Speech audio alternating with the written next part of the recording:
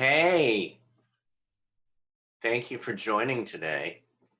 I have a special announcement to make. This is our 100th show. Yay! Happy birthday! Why am I doing this in the dark with a candle? Well, yes, I paid my electricity bill. But I just thought I'd do something different, just like the show today. Today's show are some of the outtakes and extras from the last 100 shows. So sit back, relax, and enjoy, and learn, and have fun.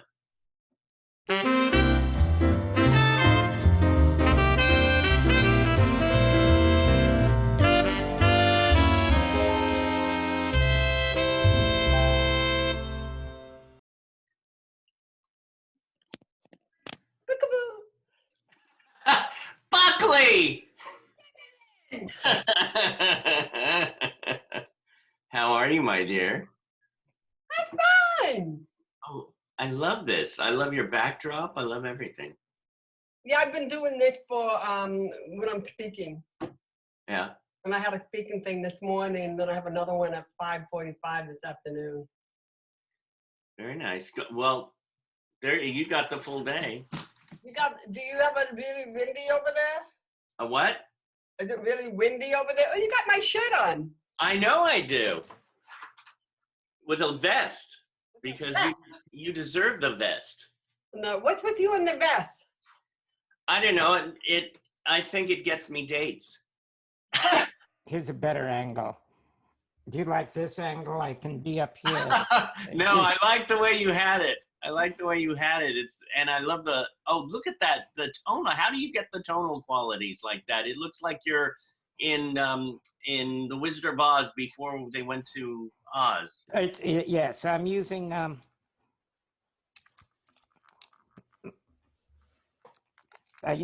this camera here. Yeah. Oh. Yeah. And then make you dizzy. Then go back to my other one.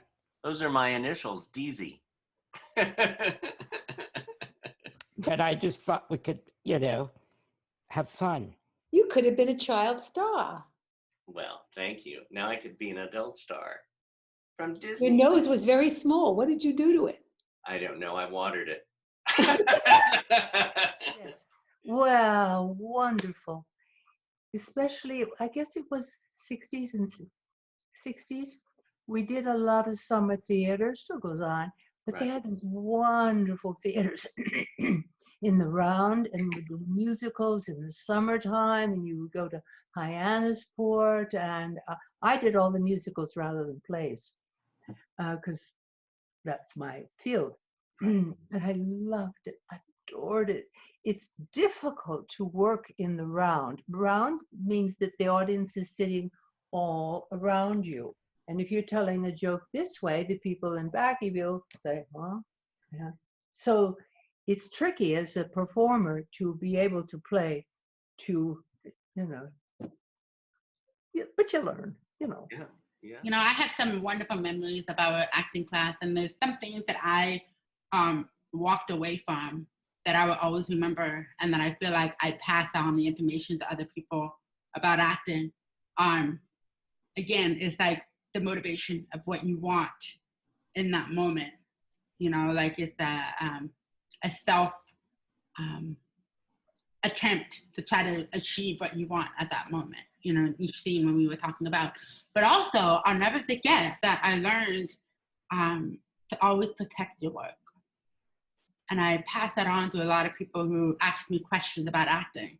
It's always protect your work, because the audience is not very forgiving.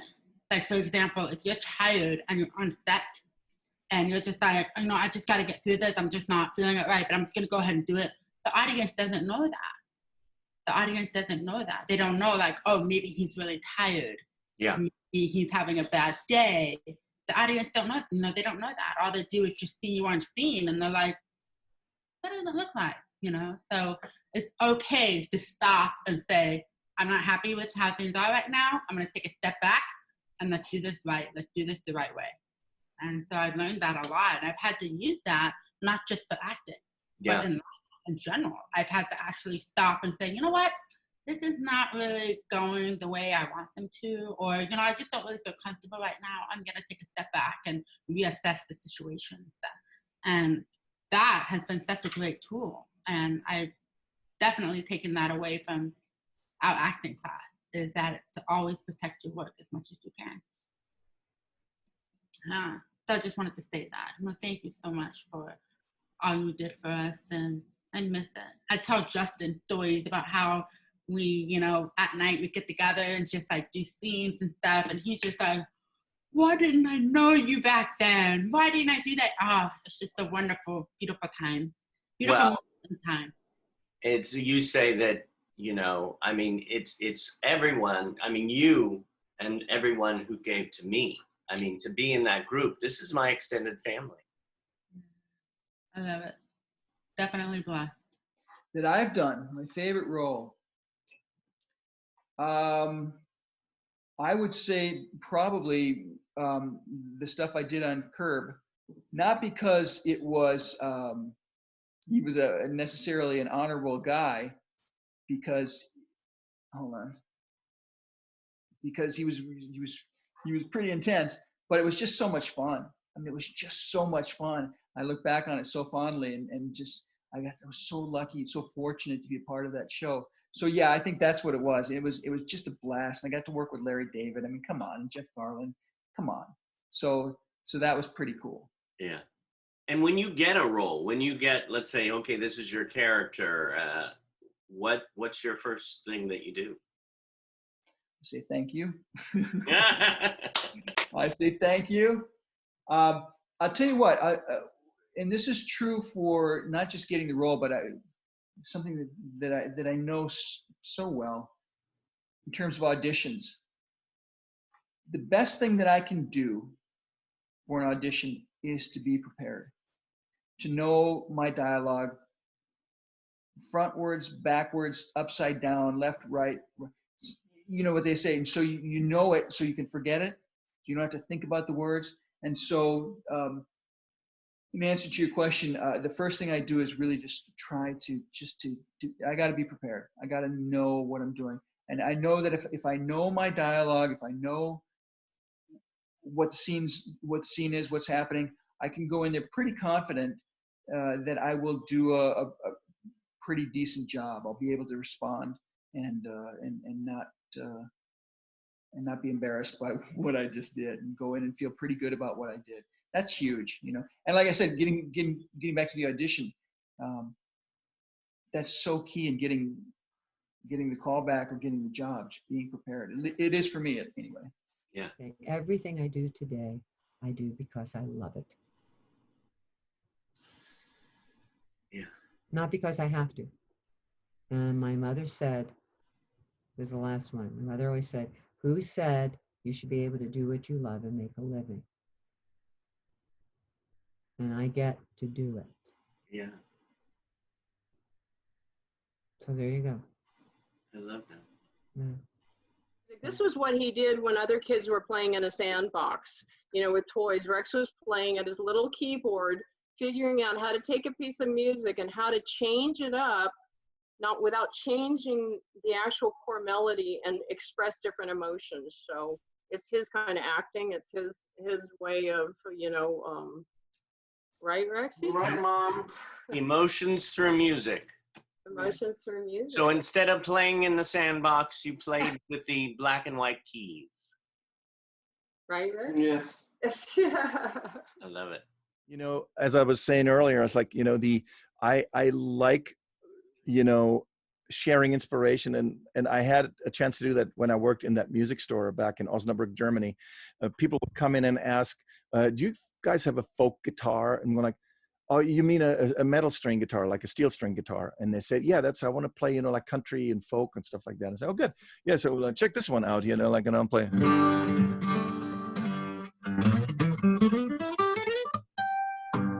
Let me do that again. So play that run, and people go like, whoa, of course, I have a much bigger chance to sell the instrument when, people get struck with the inspiration, because it shows, is it unfair? No, I don't think so. It shows, that, wow, if I work on it, I can just transmit that energy to somebody else, Yeah. And of course, when we're young, we think we're doing it for the chicks, or whatever. But later on, it just becomes only about just carrying your soul's energy out and hope it does something good for somebody else. I love you. Thank you. Thank you all for being here. And You too, Uncle David. keep staying safe. Uncle, is that what you got, Uncle David? Oh, that's cute. I like that. That's my niece and my nephew. Uncle David. We're going to do a show and call it Uncle David. It could be like back in the day when they had, what was that? I forget the person, but anyhow, we're going to call this Uncle David. Uncle David and Auntie Ronnie. That's right. Hey, I can always Auntie Ronnie. Yeah. I love So you, listen, Auntie Ronnie. I love you too, and I'm looking forward to meeting you guys and hearing you guys very soon. So we have a few questions from the class and people out from Meet the Biz and Facebook and the internet. Joe says, what movie or actor or moment inspired you to become an actress? What was the event or thing that made you declare, that's what I'm going to do? Well, I would have to say that I was inspired by Carol Burnett, and I talked about that. She was my inspiration as a kid because she had a wonderful sense of humor about herself, and people were laughing with her and not at her. And that was a talent that I wanted because, when you grow up with cerebral palsy, you got a lot of kids laughing at you and making fun of you and mimicking you. And laughter didn't always feel good, but with Carol, it felt good. Yeah. So. Yeah. The next question, question from Todd Jenkins. The Wild West setting of Deadwood had the potential to be a nightmare for a disabled actor. How did the crew and producers work with you to ensure your safety and ability work smoothly?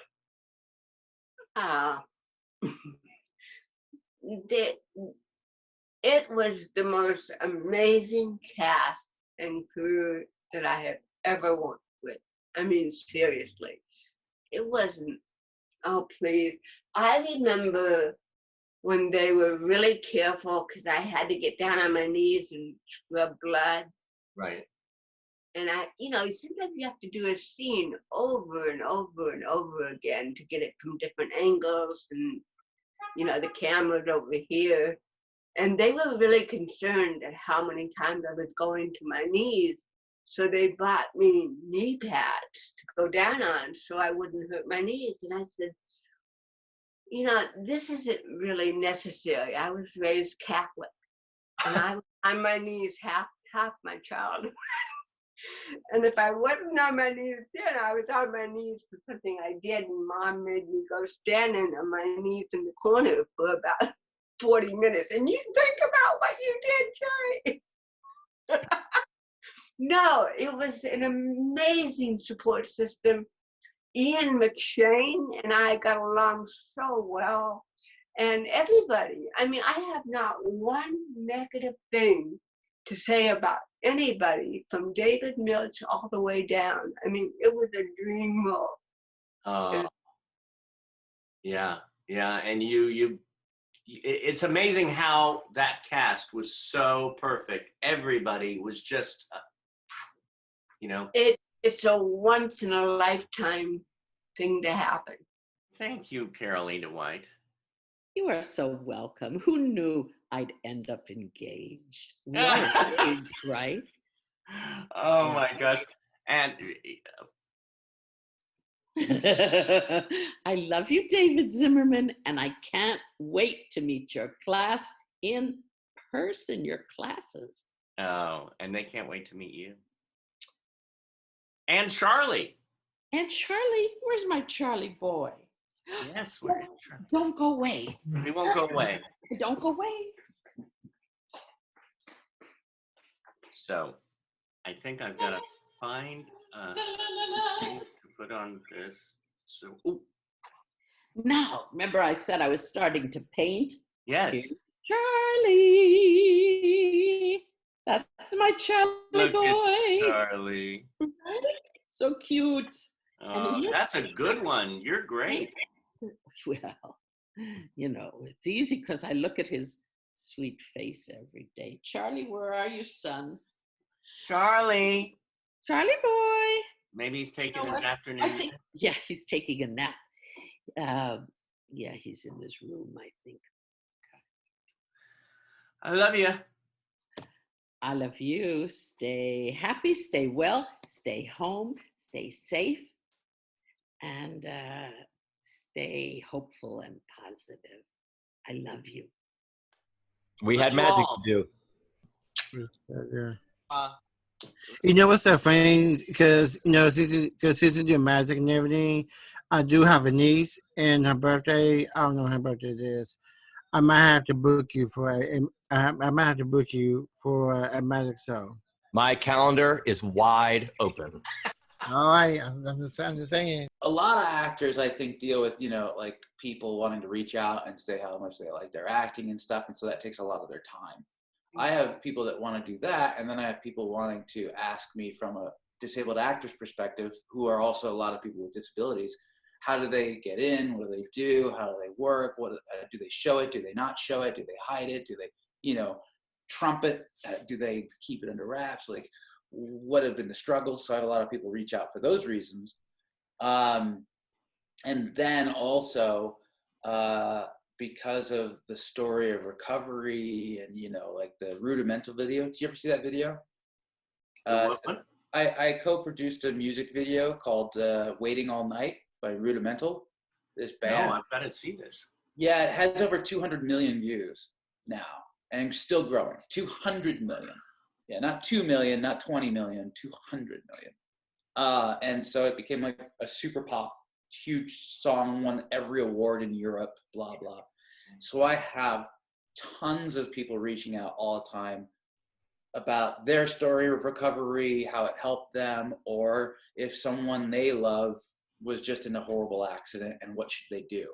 So there's a lot of like pressure on me to do that, and I can only do that through social media. If I had a website that also did that, it'd be another place to go, and I just can't. I don't have, yeah, it's a lot. So just my name at Instagram and Facebook and the fan page and Twitter. So I try to answer everybody, but it's impossible. I mean, like, this is the crazy stuff you deal with. Yeah. Like right now, like right before getting on with you, just having all the fans saying, "Hey, did someone steal your page?" So someone is pretending to be me. So I'm getting all my real fans writing me saying, "Hey, someone's pretending to be you," and following everybody, and then they're like that individual is pretending to be me, and then trying to give advice as if it's me. And I'm like, it's just so creepy. How do people, can't they just take care of themselves and instead of being someone else? I mean, you're asking an actor that.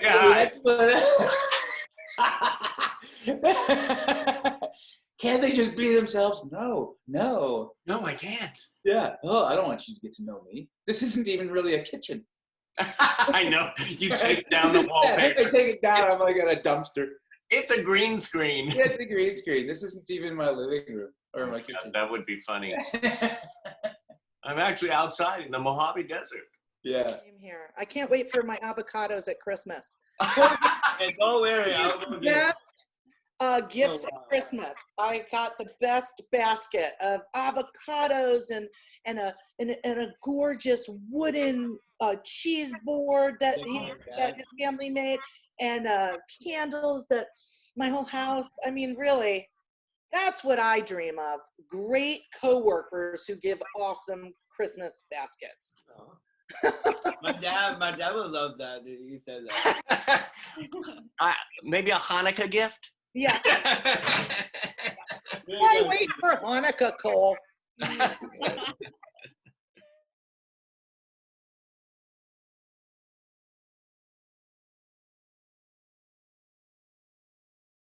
Stop dreaming of love before you break my heart.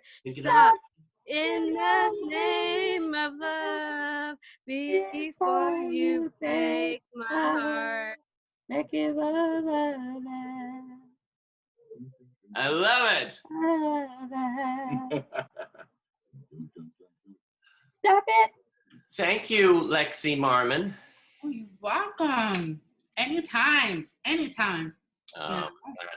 Thank you, Hope Simon. Thank you so much. And a lot of stuff at once. You are amazing. She's an incredible interpreter. She's my amazing. Oh, Yeah, watching her. I know. I mean, remember when I got my Media Access Award? Yeah. She was up there with me signing. She was the one signing. That's why, because she looks so familiar to me. I was like, I know her. I know her. Wow. Do you remember when we were there and Stevie Wonder just came in and just started jamming with the, I was like, is this really happening right now? That's insane. Stevie Wonder came and was like, improv, just completely improv. It was like, big dance party, let's go. It was awesome. That was like one of the best moments. Incredible. If I could just put in, how do you think I felt standing there going, one of my idols who I've always dreamed of interpreting for and who I've loved is now walking onto the stage to perform, and I have no idea of anything he's going to do or say, and he had written a special song, you remember? Yeah. For the disability community. Yeah. He did. And I had never heard nothing. And I was just listening, trying to really do it justice and match it, and that, you know, the deaf would see and hear that song the same as the hearing. We're hearing that beautiful song. So it was like, I mean, inside my heart going, oh my gosh, oh my gosh, oh my gosh, oh my gosh. You know, it's Stevie Wonder, and the other part's going, oh my God, I have to trip over something. I don't know what's going on. I hope I can hear it. I hope I understand it. I hope it's easy concept, etc. Oh my God, I'm surprised. I'm surprised you were able to interpret. I probably would just sit there like, oh. I know, right? What? I would have lost my job right then and there. I would have been fired. But wow, that's amazing. That's a beautiful moment. That's so cool that you were there. You understand what we were talking about. Yep. Wow. And I remember that moment of them saying, Stevie Wonder, surprise, and him coming out. I'll never forget that whole thing. When you guys brought it up, I hope you don't mind. I kind of Oh, please, we're all family here. I'm so glad you brought it up. Oh, I love it. This was nice. It's very nice. Yeah, I want to do this in person, like you say. I want to come to your facility and be with people. You've got some amazing people that I've met through you, and that I'd love to see again, and of course many of the new people that are a part of it. And Oh, of course, yeah. Well, I think we have over 100 now, which is amazing. Amazing. Okay, well, we're gonna have to. Next time I want to Skype with you and Zoom. I want to Zoom with you, and I'm cheating on Zoom with you and Ellen. Oh, that'd be great. Yeah. David, thank you so much, and thank you so much for what you do for our community in the entertainment industry. Your giving spirit, your knowledge, your sensitivity, and your just loving spirit. You know, you're a shining light in the midst of in some ways, aspects of Hollywood that are not so cool, but you certainly are. Thank you. You're welcome. Thank you. Thanks for being you. Thanks for the memory. Go, man. Go, man. Go, man.